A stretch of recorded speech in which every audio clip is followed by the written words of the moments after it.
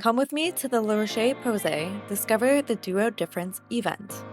You can call me Sarah, and I'm going to learn about skincare with this amazing panel at the event. And I'm looking at this really cool mirror, and I was just checking myself out because I thought it was so cool. It looks like an art gallery in here. Our panelists are Dr. Justine Hextall, Dr. Alex George, and Rosie Varlas. Everyone, thank you for joining us this evening. My name is Rosie and I'm part of our education team, and I have two very special people here along with me today. So we have Dr. Alex George, who is our mental fitness expert, and we have the fabulous Dr. Justine, who is our consultant dermatologist. So we've got two very great brains for you to be picking tonight when you have any questions. So today here we are going to help you discover the duo difference with our Roche Posay brand and our two products. We've got our Effaclar Duo+M, our absolute original anti-blemish prone moisturiser that you can use on a daily basis.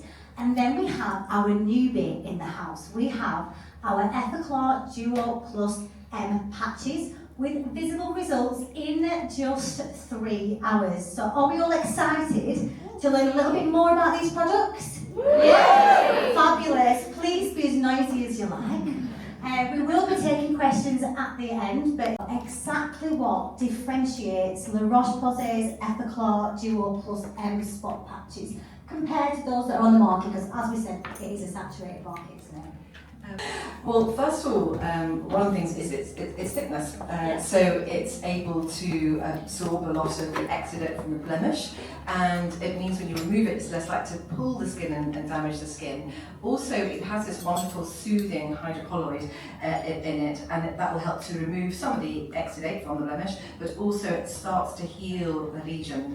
And so it's wonderful in the sense that it's very soothing and healing, but also can be left on for 3 hours. It can be left on for 8 hours overnight, but you really can't see it as well. That's the other thing. I put one on when I was in Paris, I think about a year ago, and I forgot it was on. And it was like, I couldn't even see it, which is amazing. And I think, one thing, I was doing a masterclass on acne yesterday by chance, and someone was talking about scarring. And does anyone here know what the number one cause of scarring in acne is? Louder? Picking. You've got a picking over there. It's picking. So actually putting these on the skin, allowing it to sort of start to calm. And when people use it, 96% of people felt, that it started to take the redness out and calm it down. But also 94% felt that it was flatter. But crucially, it means you'll forget about it and you're not going to start picking it. And that's going to be very important for scarring.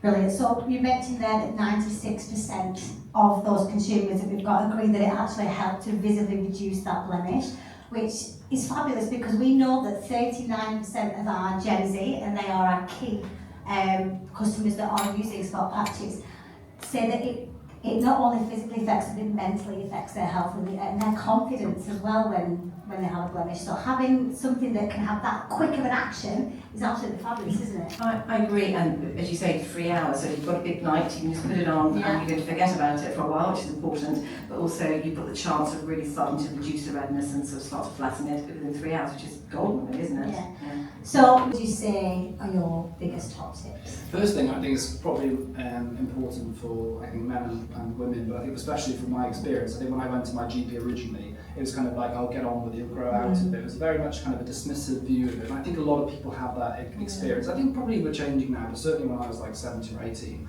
and clearly what was frustrating with that is spots like proper acne really hurts. It affects your confidence. It's much deeper than even just confidence. I mean, I think there's lots of evidence that shows that severe acne really can affect people's mental health. Yeah, absolutely. It can affect your psychological development and so on. So I think at that time it really did affect me. So the first thing I would say is really advocate and look for that treatment to get the thing sorted. Yeah. I went for years and probably had much worse scarring than I needed to if I'd gone for the treatment first. So I think it's speak to your doctor and genuinely advocate for the need for treating that. And then I think it's perseverance. I think I did start treatments and give up quite a lot. I do think there's an element you have to kind of persevere, whatever step of the ladder that's on. And I think the third thing I'll probably say is try and be generally kind to yourself. It can be very much, I used to bully myself basically, look in the mirror and say, what is wrong with me? Why am I my skin's horrible, it's terrible. You can actually be really quite nasty to yourself They're horrible about themselves, aren't they? which does not help at all. No. But also, it isn't your fault. You can talk much more about get the right treatment, be kind to yourself, and then once you've established what the routine is, keep on with that. But know that sometimes it will flare up as well. I get, even if I don't treat it, sometimes every now and then you get a flare up. Try not to be hard on yourself over that time. Get the help and so on. Yeah, fabulous. Thank you. Lovely tips. Dr. Justine, anything from you? So my tips would be, firstly, if we're going to talk about sort of acne-prone skin, I would say actually being much more gentle than you realise is really important. And how you wash your face really matters. So if you cleanse your skin and it feels tight and dry afterwards, that doesn't mean your skin is squeaky clean, and actually there's no evidence for keep cleansing the skin and acne at all. So the first thing I would say is go for the most gentle cleanser, and when you finish cleansing your skin should feel normal, should feel neutral. You shouldn't feel you're reaching for a moisturiser. And I think quite often people get into this cycle of like really strong products and then the skin's so tight and dry and they're piling on probably comedogenic, sort of acne prone, sort of driving sort of greasy sort of emollients and oils. So super gentle cleanser, really important. And then just look for products that work, that have a nice combination of activity but also gentleness in the skin. That's important. And then think about other things as well. Sleep's so important. It's so important for all of us. And when we sleep, and we get a lot of repair, things are good. So as you were saying, be kind to yourself, get a good night's sleep. Don't beat yourself up because you've got this problem. And then food. So sort of thinking about what's going inside you. I'm not a fan of people excluding things. I'm much more a fan of people saying, look at the plate. Is this going to do me good? And make sure you have your greens and have a just nice, balanced, gut-friendly diet. I think that's really important as well. But so just look for things which are going to be healthy and good. So sleep, hydration, diet, and then use products on your skin which are going to be really gentle but effective. For me, that you're going to get a long way doing that.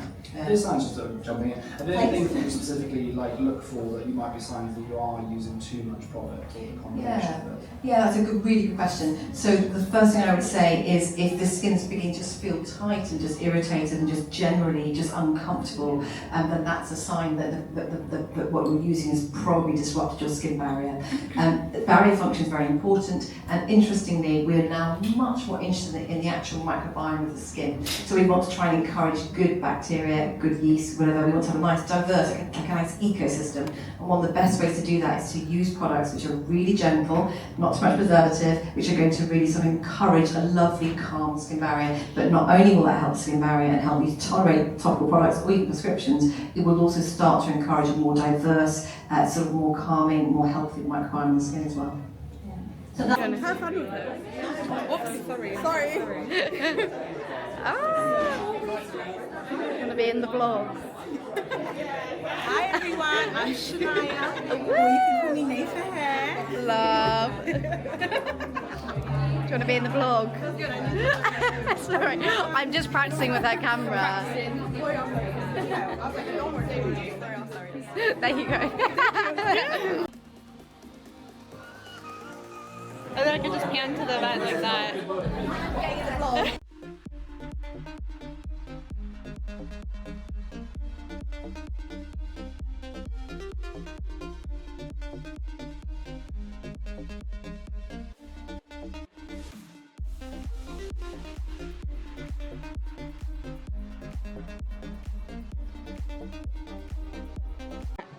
There's my face. I'll let you talk and go. Right, so we're going to have a look at the overview. Okay. Closest to 100 as we can get. What does that mean? So 100% is a really good score. So blemishes, really great here. This is anything new that might be coming up within the skin, so anything that has pus in it, type of blemishes. So it shows that you might have had that breakout, like you said, but they're on their way out. Wrinkles, again, really good. Texture great. Pores great, 94%. Really good. Brown spots, really amazing. 99. Red areas, 99. This is that kind of healthy bacteria in the skin. So again, really great for the skin. It shows that you're using good skincare, you're cleansing the skin, but yet you're not overstripping it. It's always the T-zone in the nose, isn't it?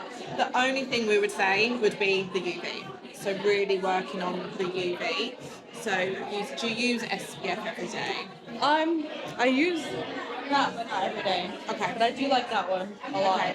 that would be every single day. So 11%, we want that kind of up here with these 80s and 70s. Yeah, that's a really low number. So a lot of people as well that have only just started using SPF, a lot of people didn't when they were younger and have only got into it now, so that can be a lot of play, but I would 100% that would be the only take from this, is everything you're doing is great, just really get into using that SPF every How single much day. like sun exposure is that with? Like being exposed to every day? What do you mean? Like if it's only like 5 to 10 minutes of sun exposure, do I need the SPF for that? 100%. Even if you're Okay. have an SPF. So the rule of thumb is if you can read a book inside with the light off, Yeah. UV rays is getting in. Okay. So it is every single day. If you would say staying in all day and you're like, do you know what, I don't want to do a whole skincare I'm a range. hermit. Yeah.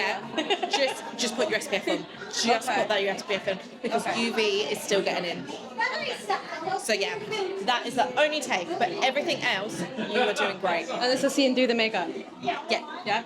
The only thing it can be picking up a little bit is the wrinkles and the texture. That could be looking at the makeup, but everything else, no. Alright, perfect. Thank you. You're welcome. You're welcome. Right, you ready? Okay. Yeah? Right, I'm gonna spin you. Okay. Okay, ready? I was like, what? 2.